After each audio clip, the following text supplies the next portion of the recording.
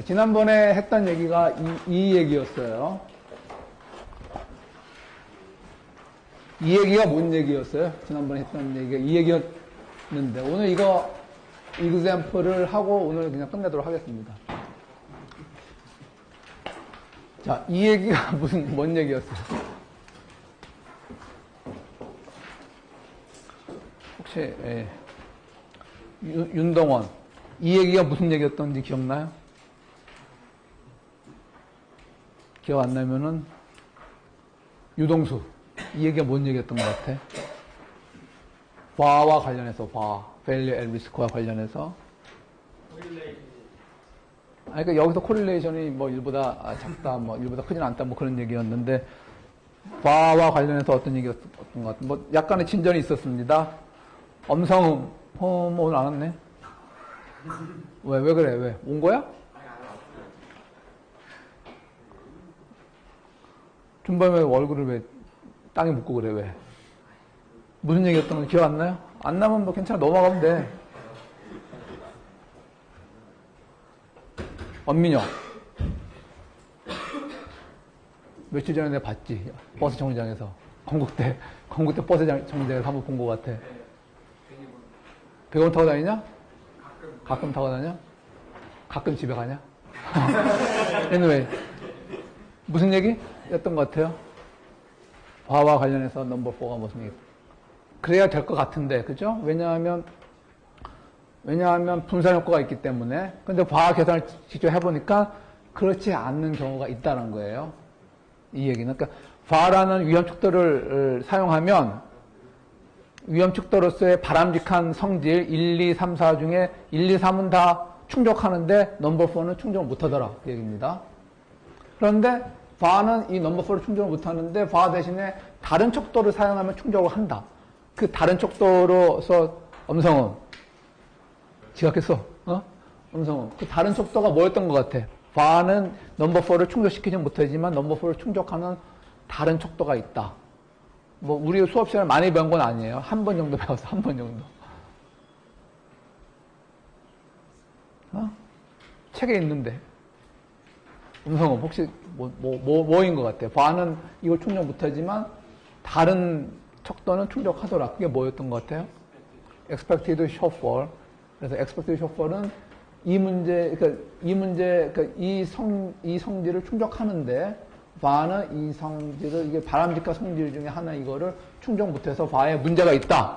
문제가 있지만 그래도 바는 굉장히 심플한 메저이기 때문에 척도이기 때문에 그래서 사람들이 여전히 바를 많이 사용한다. 뭐 그런 얘기였습니다. 그리고 책에서는 자주 잘 나와 있지 않고 책에서는 어떤 example만 딱 나왔어. 어떤 구체적인 숫자 왜 이렇게 되는지 한마디로 바를 포트폴리오 그러니까 자산 A와 자산 B를 합친 포트폴리오의 신뢰 수준 뭐 몇 %에서 바를 계산해 보니까 11 밀리언이 나오고 각각의 자산의 신뢰 수준 90 몇 %에서의 바를 계산해 보니까는 이건 이제 똑같은 자산이었기 때문에 곱하기 2배만 하면 되는데 이 자산의 바의 합보다 자산의 합의 바가 더 큰 경우는 문제가 있다 그 얘기예요. 뭐냐 이제 각 자산의 바의 합보다 그 자산의 합의 바는 더 작아져야 될 것 같다. 같은 신뢰 수준. 왜냐하면은 서로 상쇄되는 효과가 있기 때문에. 그런데 그렇지 않고 더 커지는 경우가 있더라. 그래서 바는 이런 면에서는 별로 좋은 척도가 아니다. 이거는 이제 example이 갑자기 탁 튀어나온 거기 때문에 왜 이렇게 되는지 여러분들이 이해하는데 한계가 있죠. 그래서 제가 노트로 이제 만들어 놓은 거는 그거를 이제 분석적으로 한번 해보자. 일반적으로 왜 그런 일이 발생하는지. 근데 이제 여러분들이 그래서 그 노트를 보려는 찰나 이거 무슨 컴퓨터 파일도 아니고 굉장히 보자마자 굉장히 어글리하다. 굉장히 보기 싫다. 보기 싫은 걸 노트라고 이렇게 여러분 보고 있는 거예요. 그럼 뭐라 그래? 그런 걸 여러분들 팔자로 여러분들 팔자. 여러분들은 초이스가 없기 때문에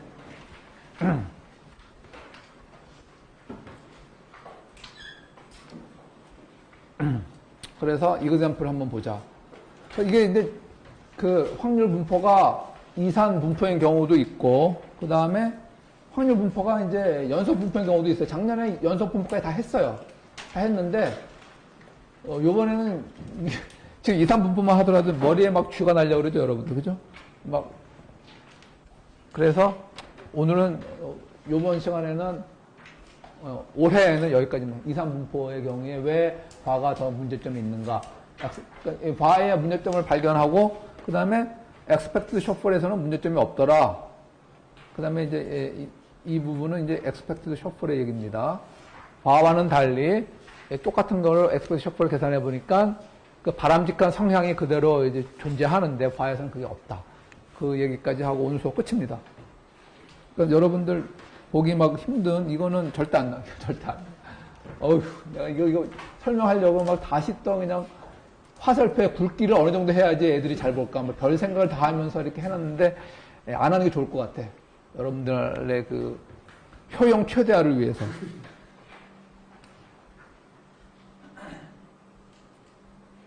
그러면 지난번에 좀 했었어요. 사실은 좀 했었는데 좀 했었죠 이거. 그래 뭐 내가 물어보고 그랬잖아 이거. 물어보랬는데 다시 여기부터 시작해서 요거 끝내고 그 다음에 expected shortfall 얘기하고 그럼 끝입니다. 그러면 이제 강의에 이 학기에 얼마 끝난 거야? 그렇게 하면 학기에 16 곱하기 2분지 16 곱하기 2 마이너스 1이 끝난 거지. 그죠? 그렇잖아. 아니구나. 왜냐하면 다음에 올해 요번 주 수업 하나 더 남았죠. 그리고 시험 하나 더 있죠. 그러니까 2를 빼는 거의 거의 다 끝난 거지. 자, 무슨 얘기 하려고 했는가 봅시다. 결론만 얘기하면 이겁니다. 자산 A와 자산 B의 합친 포트폴리오의 신뢰 수준 0.975에서 바를 계산해 보니까 분산 효과를 계산해 보면은 더 작아져야 될 것 같은데 이게 이제 A, B가 똑같은 자산이에요. 아이덴티컬한 에셋인데 그 자산, 그러니까 A, B를 합친 거는 A, B의 각각의 바를 합친 거는 하나의 바 곱하기 2한 거랑 똑같은 거죠. 똑같은 자산이니까 그것에 합친 그 바를 합친 것보다 더 크게 나오더라. 이런 문제가 있다. 결론은 그렇게 나오는 거고 제가 처음에 올린 것보다 다시 엊그저께 다시 또 새로 또 올렸어요. 왜냐하면 또 오타가 발견됐기 때문에. 그래서 그걸 보니까 뭐 그걸 다운로드 받은 사람도 있고 뭐 다운로드 못 받은 사람은 이제 적절히 수정하면 되죠. 자, 무슨 얘기인가 봅시다. 자산 A 혹은 B의 value입니다. value. V1은 뭡니까? 뭐 1년 후의 value, 하루 후의 value 그런 뜻입니다. 지금 현재 value가 아니고 지금 현재 이 자산 A 혹은 B는 아이덴티컬한 자산인데 이것의 value 분포는 VC 혹은 V1-C 이름을 그렇게 붙인 거예요. VC, V1-C 둘 중에 하나다. 둘 중에 하나인데 그것이 실현될 확률은 C와 1-C가 된다. 이런 C는 예를 들면 0.98 같은 숫자가 되는 거죠. 그런데 VC가 V1-C보다 큰 경우입니다. 예를 들면 98%의 확률로 $100, 2%의 확률로 $50 이렇게 되는 거죠. 그러면 로스가 어떻게 됩니까? 로스는 현재 가치에서 미래 가치를 빼야지 로스가 나오는 거죠. 미래 가치에서 현재 가치를 빼면 뭐가 나와요? 현재 가치에서 미래 가치를 빼면 로스가 나오니까 미래 가치에서 현재 가치를 빼면 뭐가 나와? 예? 이익이 나오는 거지, 이익이. 그죠? 그래서 이거는 로스를 플러스를 표시하기 위해서 오늘 $100, 오늘 $200였는데 내일 $100, 내일 $150가 되더라. 그러면 이제 $50, 이게 뭐는 게 손해죠. 로스를 플러스를 표시하기 위해서 이렇게 하는 겁니다. 로스가 이렇게 나온다고 로스가 이렇게 나오는데, 현재 값이 V니까. 이거는, 로스로 따지면 어떤 게 더 커요? 이 미래 가치 이게 더 컸으니까, 로스는 당연히 이게 더 작겠죠. 그죠? 작고, 요게 크다. 그러므로, 우리가 컨피던스 레벨을 구한다면, 바의 컨피던스 레벨을 구한다면, 0.98, 신뢰수준 0.98에 이르기까지는 로스가 이 정도에서 그치고, 신뢰수준 0.99, 0.999 하게 되면, 이 손해 정도를 더 지나서 더 큰 손해가 이루어지는 거죠. 그러므로 신뢰 수준이 98%보다 작기만 하다면 과는 여기로 끝나는 거죠. 그죠?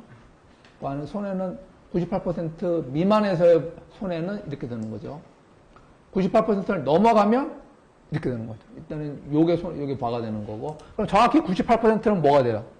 정확히 98%의 밸류 리스크를 구하라고 그러면은 우리가 지난번 배운 바에 의하면 뭐가 됩니까? 평균이 되는 거예요. 평균. 뭐예요, 평균?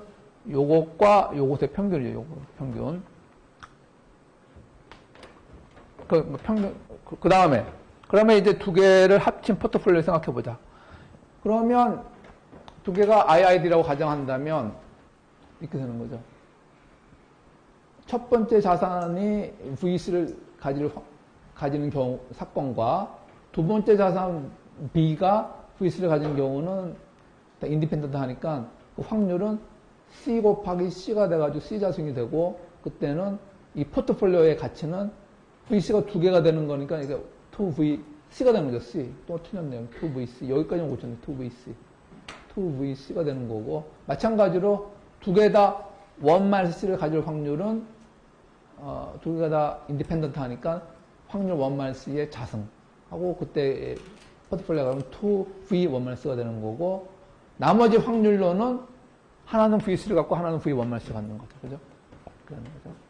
그러므로 당연히 이 관계 때문에 VC가 이거보다 더 크니까 당연히 2VC가 다른 것보다 더 크고 가장 작은 것은 2V1-C가 되겠고 거꾸로 로스를 따지면 이때 가장 적은 경우가 되는 거죠.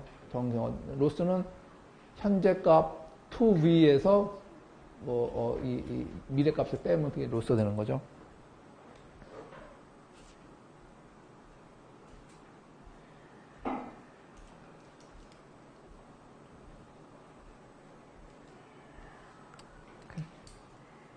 그러므로 지금 이제 로스만 따진다면 어떻게 나갑니까?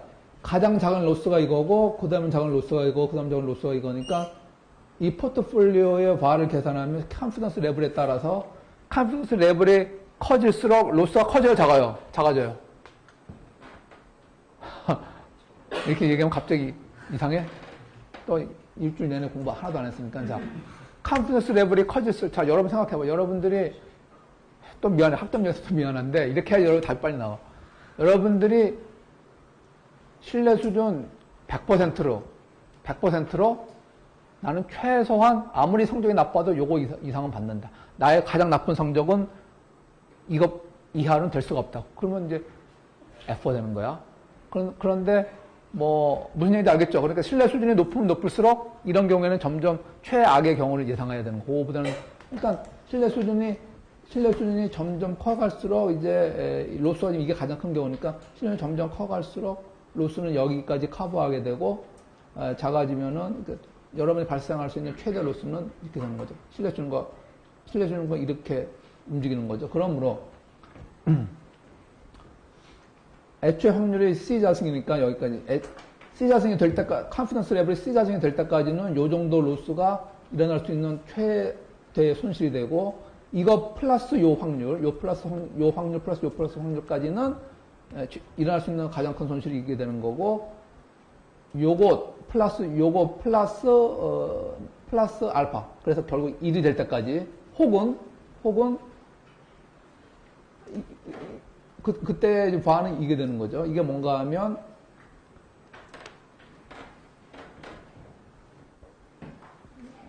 이게 뭐가 되는가 하면 이거는 신경 쓰지 말고 이게 뭐가 되는 건가 하면 아까 조금 전에 얘기했지만 컨피던스 레벨 C 자승 플러스 이거 플러스 그리고 조금 더 오케이 그러니까 C 자승 플러스 2C 1-C 플러스 little bit 이렇게 나온 거죠. 그래서 그 관계를 그려본다면 포트폴리오 이거 포트폴리오 로스 개념인데 처음에 누적 확률 분포를 따질 적에 0부터 C 자승이 될 때까지의 가장 작은 손해, 이게 이제 바가 되는 거죠, 바가. 가장 작은 손해. 맥시멈 일어날 수 있는 가장 최악의 손해는 이 정도가 되고, 신뢰수준이 조금 더 높아지면 조금 더 나쁜 경우까지 우리가 커버해야 돼요. 더 높은 신뢰수준을 갖기 위해서는. 그때는 이제 이게 들어가는 거죠. 여기까지 되는 거고, 이제 신뢰 수준이 이것 플러스 조금 더 가게 되면 최악의 경우까지 커버가 되는 거죠. 그러므로 요 값과 요 값들 다 바로 표시한다면 요 값은 A 플러스 B 포트폴리오의 반대 신뢰 수준이 C 자승보다 작은 경우 요건 일단 넘어가도록 하고 요 경우는 뭡니까? 요 경우는 포트폴리오 A 플러스 B의 반대 신뢰 수준이 이것 플러스 조금 더 있는 경우죠. 근데 요거 둘이 합치면 C 자승 플러스 2C 마이너스 2C 자승을 합치면은 요 두 개를 합치면은 간단히 이제 2C 마이너스 C 자승이 되는 거죠. 숫자가 막 비슷한데 C 자승 플러스 이걸 합치면은 결국 그게 2C 마이너스 C 자승이 되는 거예요. 그래서 지금 여기 이 반은 뭐에 해당되는 겁니까? 컨퍼런스 레벨이 이것하고 이것 플러스 약간 little bit. 그러니까 그게 바로 뭡니까? 2C 마이너스 C 자승. 이게 뭡니까? 2C 마이너스 C 자승이 바로 이게 아니고 요거예요. 요 둘이 합친 거. 2C 마이너스 C 자승에다가 약간 더 합친 거다. 근데 이 값이 뭐가 됩니까? 이 값이 따져보니까는 요 값의 2배죠. 요 값의 2배. 요 값인가? 요 값인가? C 플러스 알파의 2배인가? 그렇죠. 자, 이 포트폴리오의 값은 3개밖에 없어요. 하나는, 포트폴리오, 자산들의 값이 이거 아니면 이겁니다. 1 아니면 3이야, 예를 들면. 자산의 손실 값이 1 아니면 3이라면, 이 똑같은 자산 두 개를 합친 손해는 어떻게 나오겠어요? 여러분들이 삼성전자에 투자하면 내일 여러분들이 볼 수 있는 손해는 1달러 아니면 10달러야. 그런데 삼성전자 여러분 주식을 2개 가지고 있어. 그러면 여러분들이 볼 수 있는 손해는 아니다. 삼성전자 주식을 하면 안 되고 하이닉스 반도체를 또 하나 샀어요. 근데 하이닉스 반도체 손실도 1 아니면 10이야. 그리고 삼성전자 하이닉스 반도체의 그 확률 분포는 서로 독립적이야. 그렇다면 삼성전자의 손해가 1 아니면 10, 하이닉스 반도체가 1 아니면 10인데 그러면 이 둘을 합친 포트폴리오의 손해는 3개밖에 안 나오죠. 뭐야? 2 아니면 20 아니면 10일 나오죠. 그러니까 이 숫자의 2배가 가장 손실이 적은 경우, 이 숫자의 2배가 포트폴리오 손실이 가장 적은 경우 요게 되겠고, 나쁜 경우의 2배가 가장 손실이 큰 경우 바로 요게 되는 거죠. 그리고 나머지 요거 하나는 결국은 이제 요거 하나 서로 더한 값이 될 수밖에 없는 거죠. 그래서 최악의 경우에 이 포트폴리오의 손해는 반은 개별 주식의 최악의 경우의 손해의 2배가 되는 거고, 최선의 경우의 손해는 각각의 최선의 경우의 손해의 2배가 되는 거죠. 우리가 뭘 보이려고 하는 겁니까? 우리가 보이려고 하는 거는 하나만 보여주면 돼. 똑같은 컨피던스 레벨에서 포트폴리오의 손해가 2개 자산의 합친 손해보다 더 큰 경우를 하나만 보여주면 되는 거죠. 그 다음에 계속 나오나? 오케이. 그러면 결국 컨피던스 레벨을 통일해야 되겠죠. 똑같은 컨피던스 레벨에서 통일을 해야 되니까 제가 어떤 짓을 했는가 봅시다. 하도 복습한 지 하도 오래돼가지고 제가 어떤 짓을 했는가 보죠. 컨피던스 레벨 똑같은 거 하나 구하기 위해서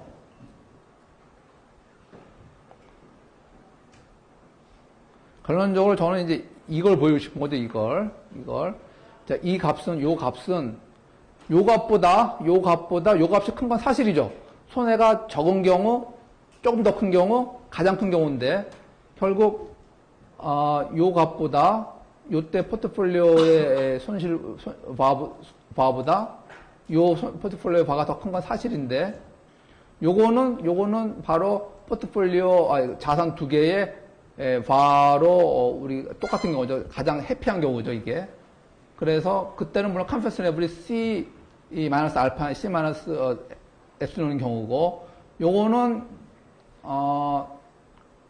A 플러스 B의 바이긴 한데, 포트폴리오 바이긴 한데, 지금 요것과 요것과 요것이 똑같지는 않아요. 똑같지는 않아서 요것들이 서로, 이거는 범위입니다. 범위. C보다 작기만 하면 된다는 얘기고, 요건 C자승보다 더 크고, C자승 플러스 2C 마이너스 C자승보다는 크고, 두 개를 합친 요것보다는 작은 확률이기만 하면 되는 거죠. 다시 보면. 보세요. 지금 제가 보여주려고 하는 게 이제 요 하나 남았는데, 이건, 기본적으로 요 세 값은 포트폴리오의 바입니다. 가장 해피한 경우가 이렇게 되는 거고, 가장 최악의 경우 이렇게 되는 거고, 이건 이제 중간 정도의 값인데, 그러므로 당연히 이것보다는 이게 더 크고, 요게 더 큰 거, 그건 확실한, 요 관계는 확실하고, 요 관계는 확실하고, 요 관계는 확실한데, 제가 지금 보여주려고 하는 것은 좌변은,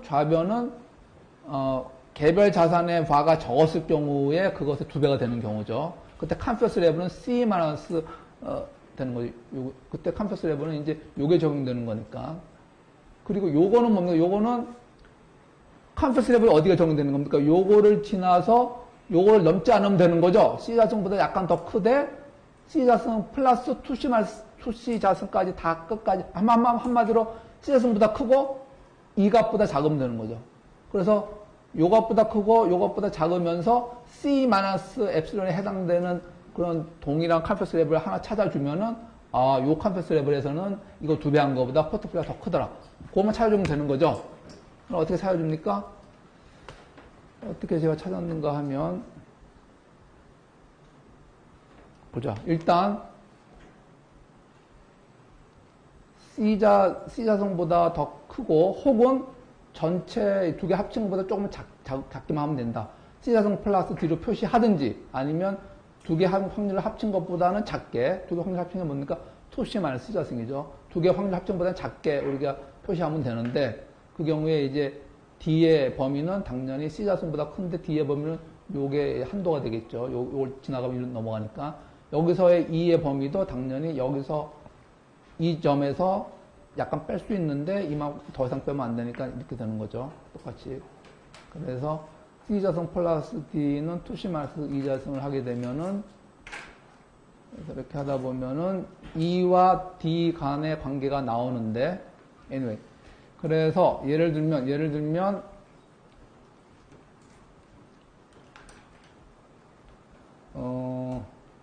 이 컨피던스 레벨을 X로 보고 이 X에 해당되는 이쪽에 적용되는 게 있을까? 예를 들면은 C 마이너스 엡실론이니까 C가 0.98이라고 한다면 0.97 정도면 0.98보다 작죠. 그러니까 여기 해당되고 그러면서 이 X가 뭐보다 작으면 됩니까? 컴패스 레벨이 요것보다는 크고 이 전체보다 작으면 되는 거죠. 다 복잡한데 죄송합니다. 어떤 컴패스 레벨을 잡는가 하면 포트폴리오로 생각하면은 여기 컴패스 레벨이 여기서 왔다 하는 것 중에 하나를 잡아서 이 하나 왔다 갔다 하는 요 사이에 있는 값이 정확히 여기에 해당하는 어떤 숫자 하나 찾을 수 있다면은 저희가 보여주고 싶은 게 보여지는 거죠. 우리는 이제 요걸 보여주고 싶은 건데 요걸 보여주고 싶은 두 배를 합친 포트폴리오 각각의 바를 합친 것보다 포트폴리오 바가 더 크더라. 그러면 이제 컴패스 레벨을 통일해야 되는데 그런 통일하는 컴패스 레벨은 여기서 움직이는 값이 C 마이너스 엡실론에 해당하는 어떤 값이면 된다. 그래서 그게 뭡니까? 이걸 X라고 한다면 이 X는 C자승보다는 크고 2C 마이너스 C자승보다 작은데 C를 0.98로 잡으면은 이런 관계가 되기 때문에 예를 들면 X가 0.97인 경우에는 어떻게 되는 0.97인 경우에는 C자승과 2C 마이너스 C자승과 요 사이의 값을 갖게 되고 그러면서 그때 예를 들면 0.97을 집어넣는다면 0.97은 C보다 작죠. C가 0.98이니까 C보다 작으니까 0.97을 집어넣으면은 이걸 하나 example만 카운터 example만 보여주면 되니까 끝이다.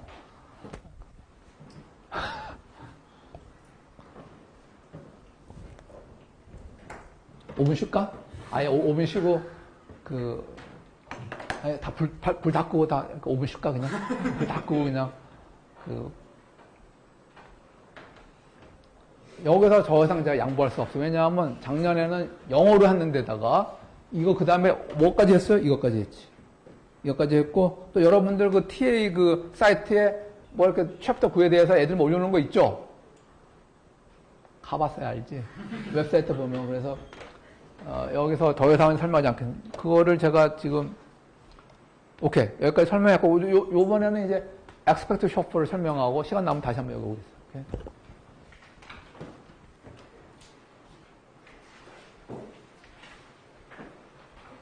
자, 엑스펙트 셔플로 계산하면은 여전히 그 포트폴리오의 그 위험이 각각의 위험 합증보다 더 크지 않다. 그게 설명되더라. 이건 조금 더 복잡해.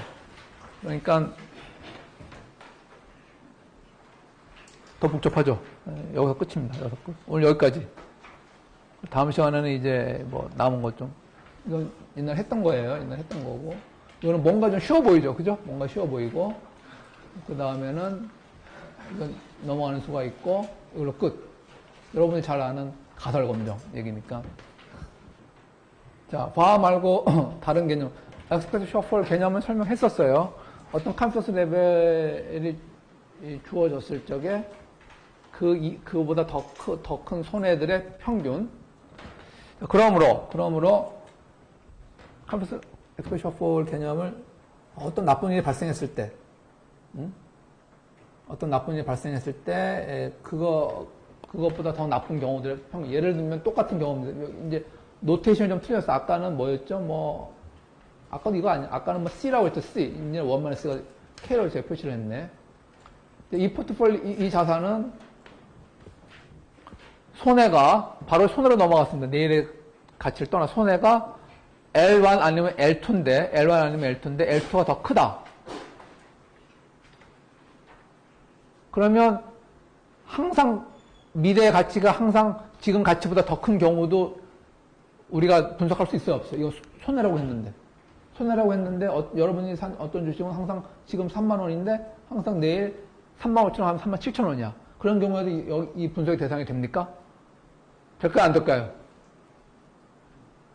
3만 원에 샀는데 내일 3만 5천 원 아니면 3만 7천 원이야. 그럼 확실하게. 그 경우에 우리 손해가 이렇게 분포되어 있다 가정을 했는데 그러면 그 경우에 분포 이 구도의 대상이 됩니까? 안 됩니까?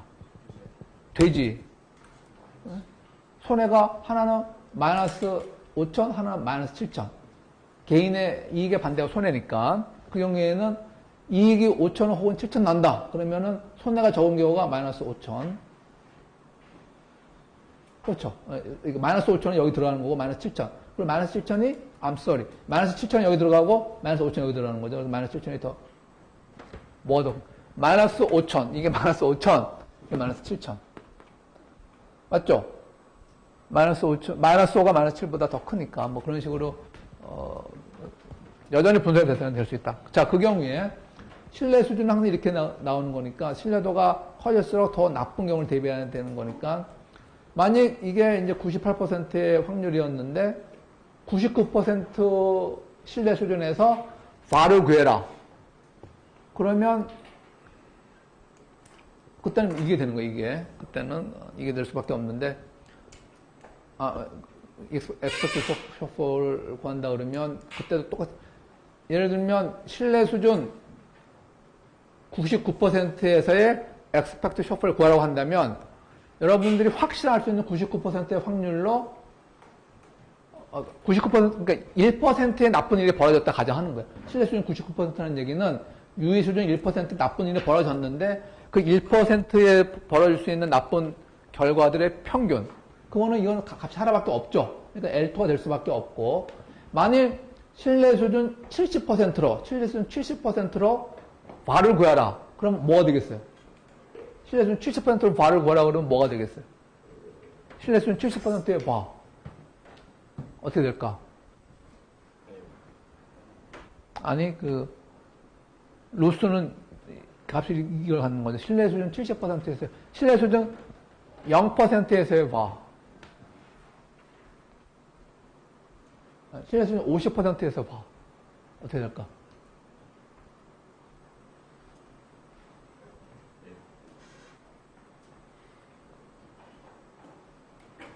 이건 디스크리트 케이스이기 때문에 지금 여러분들의 가치는 두 개 중에 하나밖에 안 되죠. 손해가. 이 사람들이 지금 뭐 거의 뭐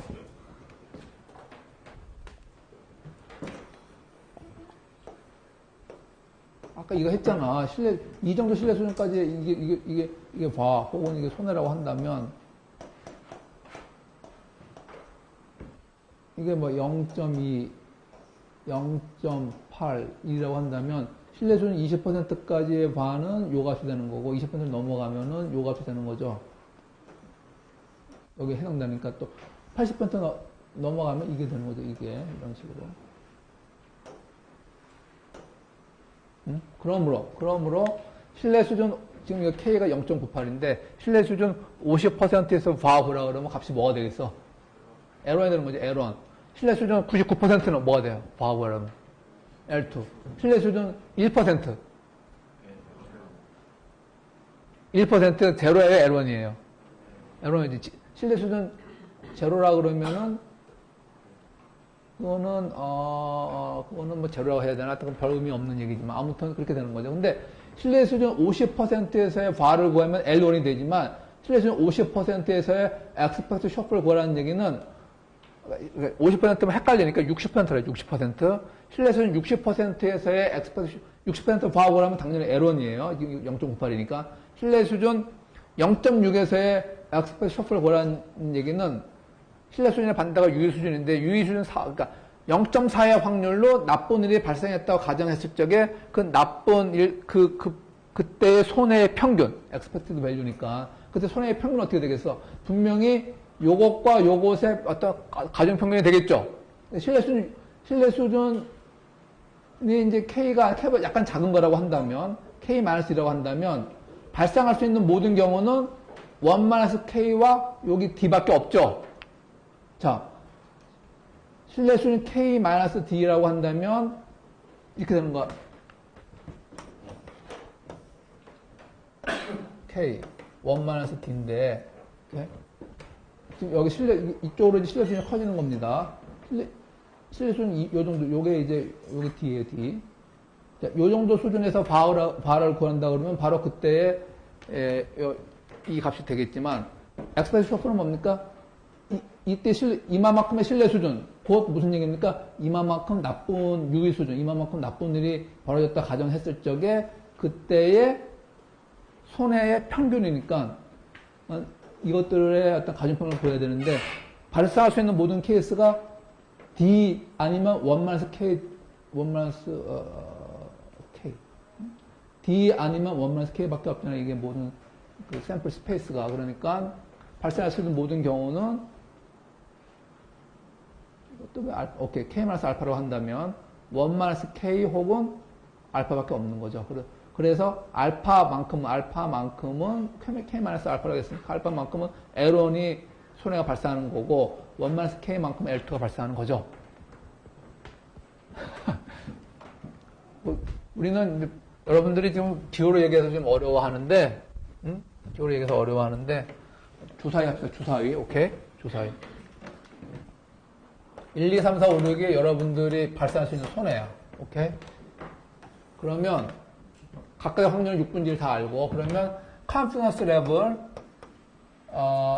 6분의 4 플러스 알파 요거는 이제 6분의 5보다 작아요. 그리고 알파는 0보다 크고 그러면 컨피던스 레벨 6분의 4 플러스 알파에서의 바가 얼마예요? 컨피던스 레벨 6분의 4 플러스 알파 바가 얼마예요? 이것도 못 맞춰? 이 숫자하고 그쪽에 숫자하고 다 나와 있는데 이거 어려우면 컨피던스 레벨 6분의 6에서의 반은 얼마예요? 컨피던스 레벨 6분의 6에서의 반은 얼마예요? Sure?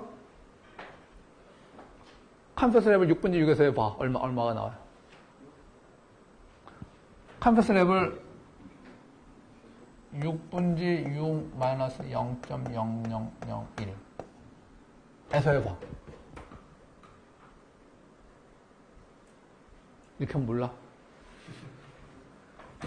컨피던스 레벨 6분의 5 플러스 0.000에서의 바. 이제 얼마 나와요? 그래서 6이 나오지. 여기 이 경우는 5가 나와요? 6이 나와요? 6이 나오지. 그럼 컴플렉스 이때 바가 얼마 나와? 5가 나와요? 6이 나와요? 5가 나오지, 5가. 컴플렉스 레벨이 바는 어떻게 나올까? 바는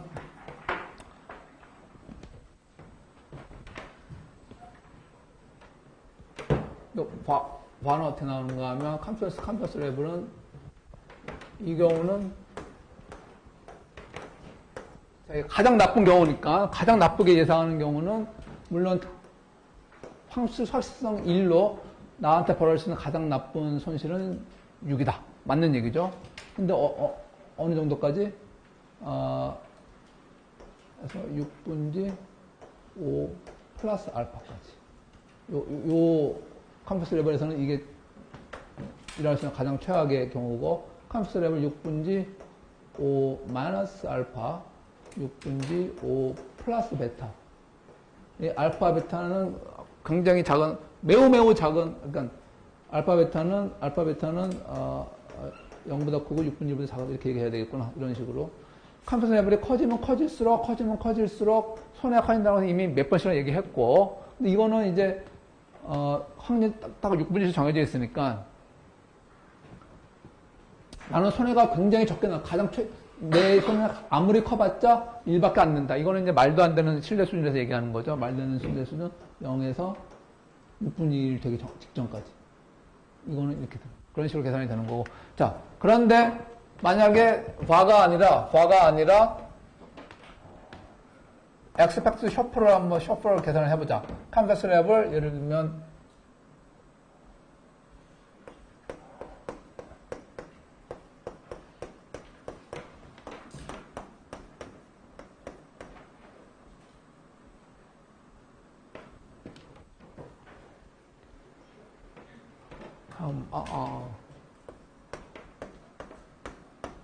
이렇게 되는 거죠. 컴플렉스 레벨 예를 들면 6분지 4.5라고 합시다. 이렇게 여기 되는 거죠. 컴플렉스 레벨 6분지 4.5. 컴플렉스 레벨 6분지 4.5에서 엑스펙트 셔플을 계산해보라. 뭐 한다면 이거보다 더 쉬운 거 합시다. 컴플렉스 레벨 6분지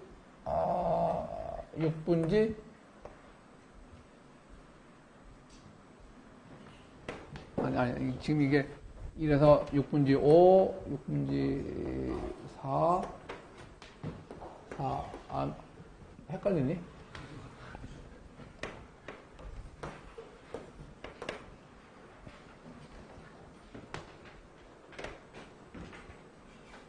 오, 6. 그러면 4, 5, 3, 4, 2, 3, 1, 2, 0, 1 맞네. 이렇게 해야 되는 거네. 그죠? 뭔가 잘못.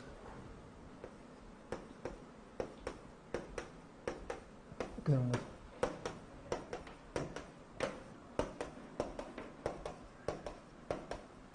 그러면 신뢰 수준 6분지 4.5에서의 반은 이게 나오는 거예요. 6분지 4.5에서 반은. 그런데 신뢰 수준 6분지 4.5에서의 엑스펙트 셔플을 구하라고 한다면 약간 틀리게 나와요. 신뢰 수준 6분지 4.5에서의 엑스펙트 셔플을 한번 구해보세요. 이거는 무슨 얘기인가 하면 6분지 4.5가 이 정도 해당되는데 신뢰 수준 여기까지라는 얘기는 이제 유의 수준이 이렇게 되는 거죠. 이 나쁜 일이 발생했다고 가정하고 그때의 평균적인 손해 정도를 구하려고 그런 얘기예요. 그러면은 값이 어떻게 나올 것 같아?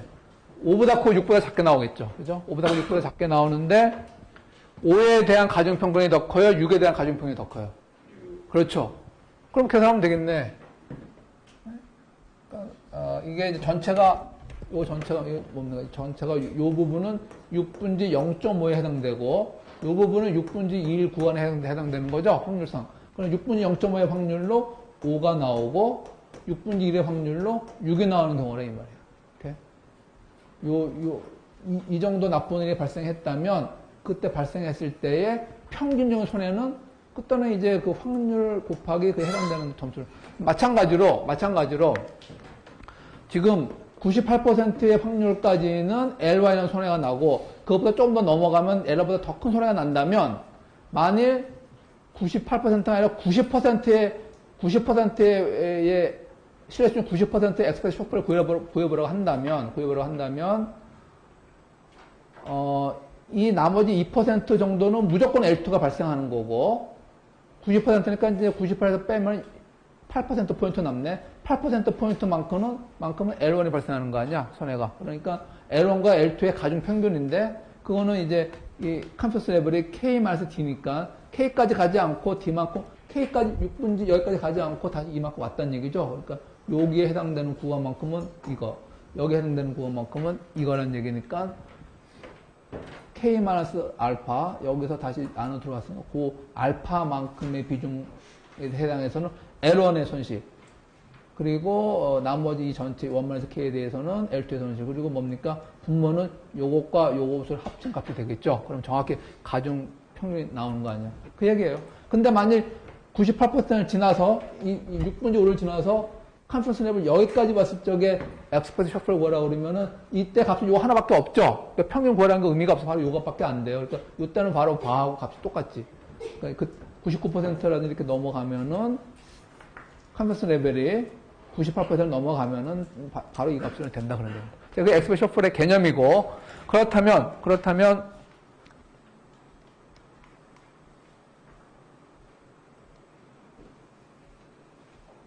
A 플러스 B 이 포트폴리오의 밸류를 한번 구해보고 그때 해당되는 엑스펙트 쇼크를 한번 구해보자 그런 얘기입니다. 그러면 아까와 유사하게 지금 손해는 각각의 자산은 L1 아니면 L2밖에 안 나오니까 포트폴리오 아이덴티컬한 자산 두 개를 가지고 있으면은 이 포트폴리오의 손해는 몇 가지 경우가 나와요? 네? 자, 어떤 자산 두 개가 아이덴티컬한 확률 분포를 가지고 있는데 이 자산으로부터 내일 손해가 날 수 있는 게 1 혹은 10. 이 자산도 1 혹은 10. 그리고 두 개는 인디펜던트하게 움직인다. 그러면 포트폴리오의 경우는 가능한 손해의 경우가 3개잖아요. 3개 아까처럼 2, 20하고 11. 3개잖아. 그러니까 이 3개 나오는 거죠. 이거는 뭐 가장 작은 경우 12, 이거는 가장 큰 경우 20, 요거는 1 플러스 10이니까 이렇게 되는 거죠.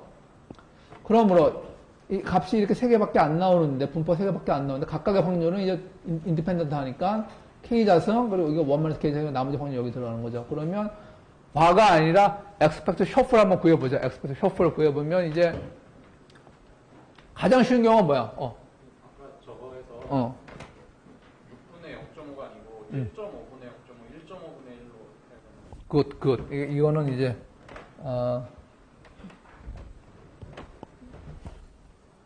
요거는 요 분모는 0.5 플러스 1. 요것도 분모는 0.5 플러스 1이 되는 거죠. 그쵸? 네. 요 확률밖에 이제 경우의 수가 여기에 한정됐으니까 이건 맞는 얘기고. 자, 그래서 자, 가장 쉬운 경우에 엑스펙트 쇼크는 뭡니까? 이런 경우 이미 여기까지 와가지고 평균이라고 해봤자 요거밖에 안 되는 경우예요. 그게 뭡니까? 최악의 경우 2 혹은 11 혹은 20이 나올 수가 있는데 아예 컨피던스 레벨이 여기까지 쭉 내려버리면은 가능한 값이 요 하나밖에 없어. 그런데 예를 들면 컨피던스 레벨이 여기에 멈춰 있으면은 요 값과 요 값의 가정평균이 되겠죠? 엑스펙트 쇼크는. 만약에 이 언질에서 놀고 있으면 요 값과 요 세 값의 가정평균이 되겠고, 그러므로 컨피던스 레벨이 여기까지 쭉 오면은 그때는 2, 이 값이 된다. 그때 컨피던스 레벨은 뭡니까? 요거 플러스 좀 더한 거. 혹은 뭔가 K자승 플러스 2K 보다 더 크다면은 이 영역까지 들어오는 거고, 그때는 값이 요거 하나밖에 없는 거죠. 만일 요건 뭡니까? 요거는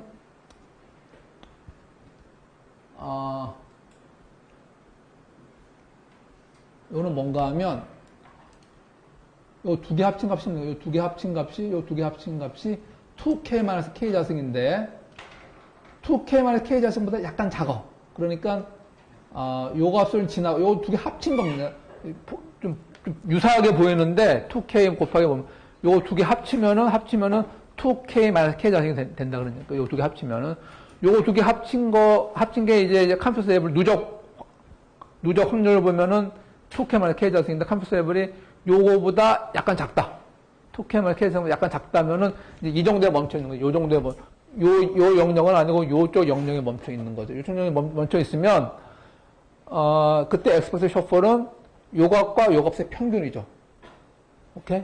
평균인데 그 확률은 가중 평균은 어떻게 나오는가 하면은 전체 가능한 확률은 1 K 자승은 100%다 나오는 거고 2K K 자승에서 베타만큼 뺐으니까 여기서 살아있는 확률은 베타만큼 살아있는 거죠. 그래서 베타만큼의 확률에서는 L1 플러스 L2가 손해가 되는 거고 1 K 자승에 해당 1 K 자승 전체로서는 2L2 전체가 손해니까 그것 때문에 가중평균이 이렇게 되는 거죠. 이때 베타 값은 뭐보다 크고 뭐보다 작아? 이 베타 값은 요 영역에 남아있으려면 0보다는 크더라도 요 전체 값보다 더 크면 안 되죠. 두께 말해서 두께 되니까. 그래서 만약 가장 어려운 경우는 이제 컴퓨터 레벨 여기 있는 경우에는 세 가지 경우를 다 계산해야죠. 세 가지 경우를 다 계산해야지. 예를 들면 컴퓨터 레벨이 K 자승, 이 컴퓨터 레벨인데 이렇게 이제 커지는데 K 자승보다 더 작으면은 여기 걸쳐 있다 그러면은 이만큼의 확률로 이 값, 이만큼의 확률로 이 값, 그리고 K 자승에서 이만큼 내려왔으니까 요 값만큼의 확률로 2L1이 되는 거죠. 그러므로 모든 가능한 경우에서는 확률을 따지면 감마하고 요 값하고 요 확률 더한 다음에 감마의 확률로 요것, 요 전체 확률로 요것 이렇게 계산해 보면 이렇게 나온다. 그래서 계산해 보니까는 결론만 얘기한다면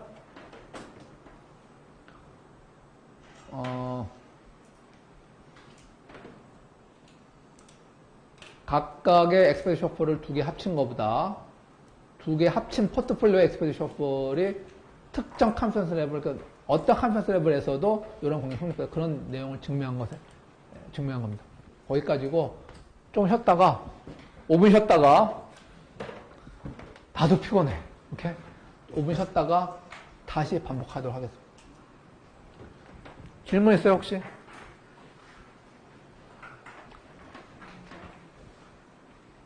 네, 여러분들 제가 보니까 뭐 이런 거지. 내가 이렇게 얘기하면 다 맞을 것 같아. 다 맞을 것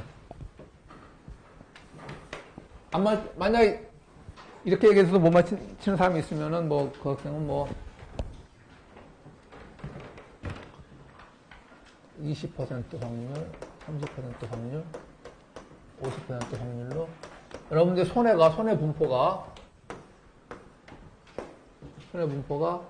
1, 2, 3이라고 하자. 오케이. 그러면 여러분한테 최악의 손실 신뢰 수준 55%에서 아리까리 하죠. 신뢰 수준 55%에서 여러분들의 발생할 수 있는 최악의 손실. 이렇게 하지 말고 신뢰 수준 100%라죠. 100%. 신뢰 수준 100%에서 여러분들 발생하는 최악의 손실은 얼마예요? 3. 오케이. 신뢰 수준 11%에서 여러분들 발생하는 최악의 손실. 이건 왜 이렇게 잘 맞추냐, 근데? 그러면 신뢰 수준 55%에서 여러분 발생하는 최악의 손실. 이런 문제 절대 안 나와. 신뢰 수준 19%에서 발생하는 최악의 손실? 오케이. 그럼 신뢰 수준 50%에서 발생하는 최악의 손실. 봐. 신뢰 수준 50%, 나무서 가만히 있어. 혹은 무릎 꿇고 앉아있든지. 신뢰 수준 20%에서 발생하는 최악의 손실. 여학생만 대답해. 항상 우리는 성대결이야. 신뢰 수준 20%에서 발생할 수 있는 최악의 손실. 신뢰 수준 20% 발생할 수 있는 최악의 손실. 1.5, 요것과 요것.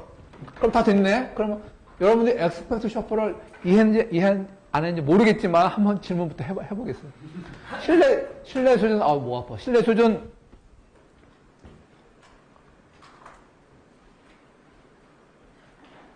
100%에서의 엑스펙트 셔플. 오케이. 신뢰 수준 0%에서 expected shortfall. 그럼 계산해야 돼. 신뢰 수준 0%에서 expected shortfall. 잠깐만. 신뢰 수준 100%, 오케이. 신뢰 수준 0%에서, 이거 너무 어렵다. 신뢰 수준, 40%에서의 expected shortfall 계산해보자. 계산해봐야 돼요. 여러분들 암산, 신뢰 수준 40%에서의 expected shortfall.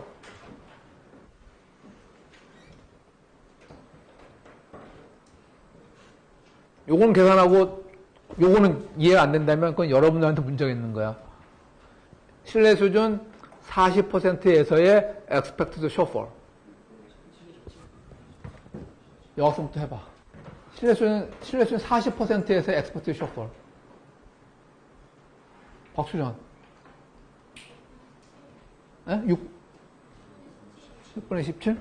신뢰 수준 40%니까 여기까지 간 거예요. 여기까지. 그래서 이 중에 20%까지 먹은 거니까 남은 10% 남았으니까 10%와 50% 남았으니까 6분지 1만큼은 손해가 2가 되는 거고 6분지 5만큼은 손해가 3이 되는 거네. 그러니까 6분지 17 딱 나오네. 그죠? 그러면 신뢰 수준 박수는 말고 신뢰 수준 오케이. 신뢰 수준 60%에서의 expected shortfall. 신뢰 수준 60%에서의 expected shortfall. 그럼 3이에요. 3. 한 번 더 넘어가도록 하겠어요. 그러면 여학생 신뢰 수준 신뢰 수준 10%에서의 신뢰 수준 10%에서의 expected shortfall 한번 구해보세요. 그리고 대답하지 마세요. 말하지 말고 그냥 기다려봐. 여학생들한테 먼저 신뢰 수준 10%에서의 expected shortfall. 10% expected shortfall.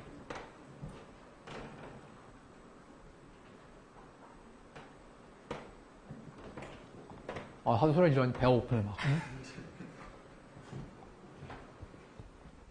이렇게 배가 고픈 건 누가 사줘야 되는 거야? 김근희 미소는 네가 사주겠다는 뜻이야?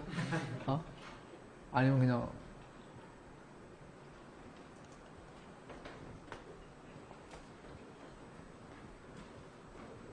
옥수형 계산했어? 하고 있어요?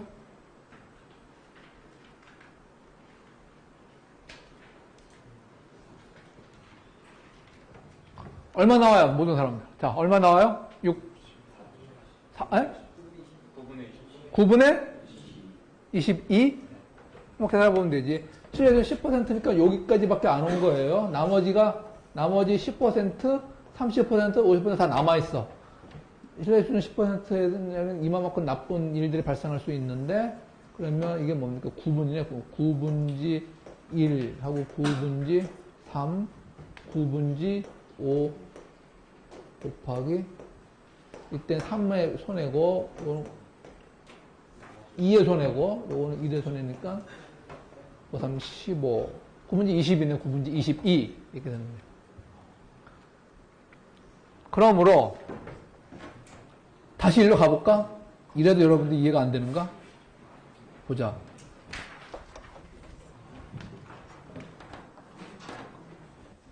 자, 실수의 수준 K, 1-K. 근데, 손해가 L2가 더 커요. 그러면 L2를 지나면, 그러니까, probability K 이상 가게 되는 경우, probability 50% 이상 가게 돼서 최악의 경우 중에, 최악의 경우의 범위 안에 들어가는 경우죠.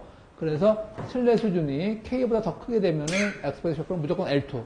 K보다 작게 되면은 이제 요값과 요값의 이제 가중 평균인데, 요값을 갖는 경우는 이 전체 확률을 다 갖고, 요값을 갖는 경우는 우리가 K-알파라고 했으니까, 여기서 다시 이렇게 오는 사람이니까 요 정도 확률만 이제 계산하면 되는 거죠. 그게 바로 이제 알파가 되는 거죠. K-알파라고 했으니까, 알파의 확률만큼으로는 L1, 1-K 확률만큼으로는 L2, 그리고 분모는 당연히 두 개의 확률을 더한 게 되는 거죠. 그러면 그런 경우고, 그 다음에 포트폴리오의 셔플을 구하라고 한다면, 이 포트폴리오는 아까처럼 가능한 값이 3개밖에 없어요. 2, 22, 11 이렇게 밖에 없죠. 우리가 여기서 보면 그런 경우고, 그러므로 이게 최악의 경우인데 expected shortfall confidence level이 점점 높아져가지고 요 영역 안에 들어오게 되면은 무조건 요가 밖에 안 되는 거지. 평균 값이 요거밖에 없으니까. 그럼 그때 컴퓨터 레벨은 뭡니까? 요거 플러스 알파가 되는 거죠. K자승 플러스 2 마이너스 요 플러스 그거보다도 컴퓨터 레벨이 크다면은 이 영역에 들어온 거지. 이 영역에 들어왔으면은 expected 값이 요 하나밖에 없는 거고. 만일 요 영역에 머무르고 있으면은 요 값과 요 값의 가중 평균. 요 영역에 머무르고 있는 가장 대표적인 경우가 요 값과 요 값을 다 합치는 그 확률이 이건데 그거보다 약간 작은 경우. 요 확률과 요 확률을 합친 확률보다 약간 작은 경우. 얼마만큼 작은 경우? 베타만큼 작은 경우. 그러면은 그때의 경우는 이 확률로 2L2가 손해. 그리고 베타의 확률로 L1 플러스 L2 손해가 되는 거니까 그때 엑스퍼트 셔플은 이렇게 되는 거예요. 이렇게. 그러면 너무 추워?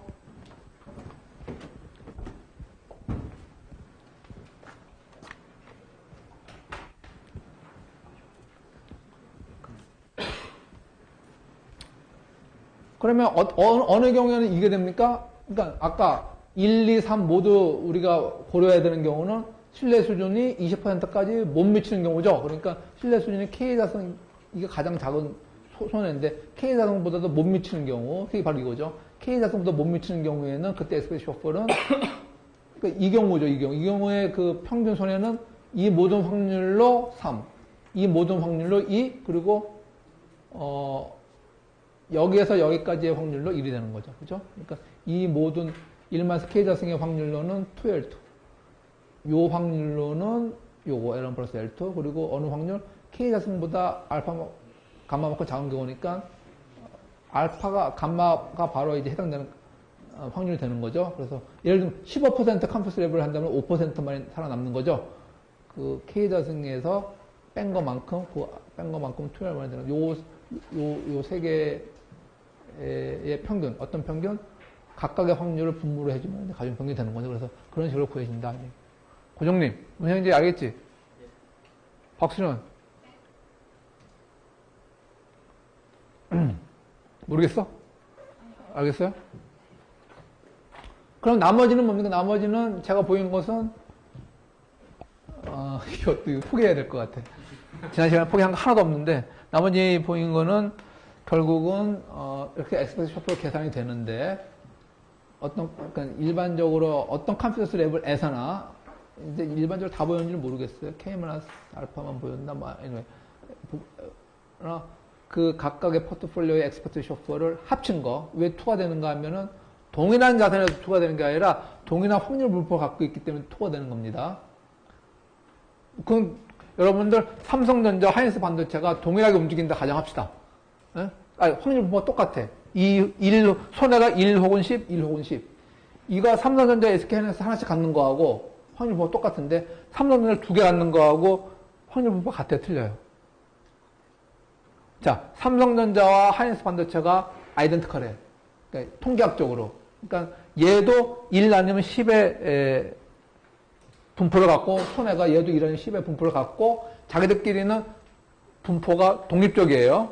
그러면 삼성전자, 하이닉스 반도체 하나씩 갖는 경우하고 삼성전자를 2주 갖는 경우하고 결과가 달라질까 틀려질까? 결과가 어떻게 돼요? 결과가 같아요? 아니면 틀려요? 쏘리. 같다 틀리다. 대답을 왜 안 해요? 박수련. 잘못했다 잘못 안 했다. 같다 틀리다. 헷갈려? 그럼 삼성전자 갖고 있는 경우에는 2개 가지고 있으면 그 손해 분포가 2개밖에 못 가죠. 어떻게 가져요? 2 아니면 20이죠. 삼성전자 하이닉스 반도체 갖고 있으면 2개의 분포가 손해 분포가 3개 값을 갖죠. 2 아니면 20 아니면 11. 그러니까 틀린 거지. 그러니까 이 2라는 것은 동일한 자산 2개 갖고 있다는 뜻은 아니에요. 여기서는 그 하나의 자산과 하나의 자산 아이들 2개 갖고 있는데 그것들의 숏플을 계산해 본 것에 그것들의 숏플의 합이라는 뜻이지 그 숏플들의 합이라는 뜻이지 동일한 자산 2개의 숏플이라는 뜻은 아닙니다. 아무튼 그런 뜻이고 그것들의 합이 포트폴리오의 숏플의 숏볼보다 동일한 컴패스 레벨에서 이게 항상 더 크더라. 그러니까 이거는 바와 같은 문제가 없다. 포트폴리오가 되면은 손해가 줄어든다. 상쇄 효과 때문에 그런 얘기도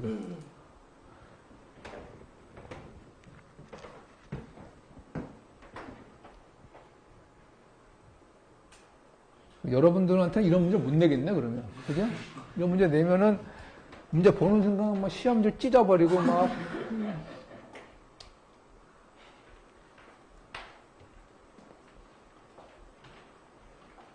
그래서, 이거는 이해가 쉽게 됐는데, 이거는 이해가 아직까지 안 된다. That's your problem. 그러면 여러분들이 초상화하는 그 능력을 제대로 개발 못 시키는 거예요. 지금 이 나이 대학교 4학년에 이르기까지. 그러면 이제 맨날 회사 들어가서도 커뮤니케이션에 문제가 있는 거지. 작년에는 미안한 얘기지만 이런 짓도 다 했는데 이건 생략하도록 하겠어. 이거 하면은 여러분들도 힘들지만 저도 힘들어요. 그래서 이건 넘어가도록. 다음 시간에는 가만히 있어보자. 그 다음에 책에서 어떤 얘기들이 더 나오고 있는가 하면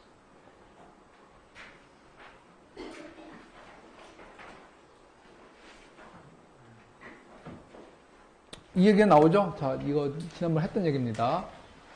T1 동안의 바는 하루 동안의 바 곱하기 스퀘어 루트 T다. 자, 이거는 여러분이 외워두세요.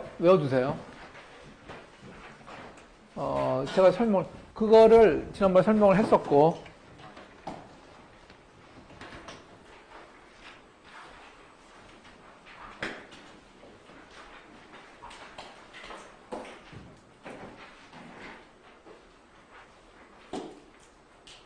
여기 나오는 것 같은데, 설명한 것 같은데.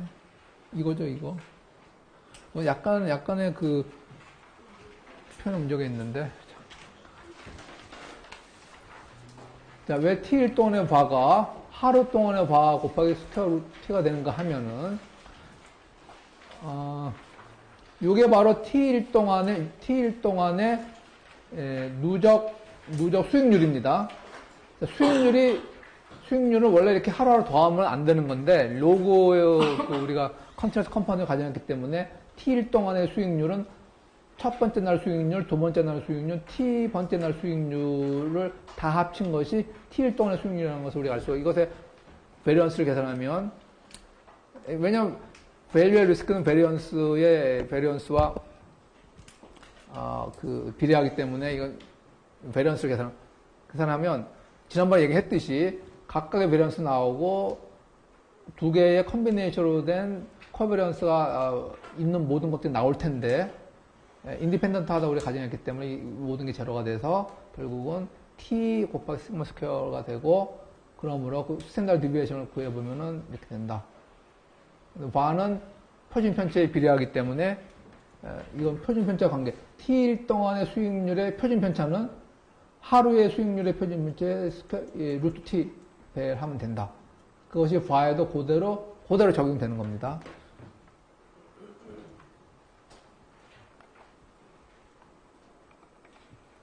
그 다음에 나오는 얘기는 오토콜리 이건 한번 보세요. 오토콜리 이런 얘기. 이건 다음 시간에 하도록 하겠습니다. 이건 다음 시간에 하도록 하겠습니다. 다음 시간에 이 챕터 9을 끝내도록 하겠습니다.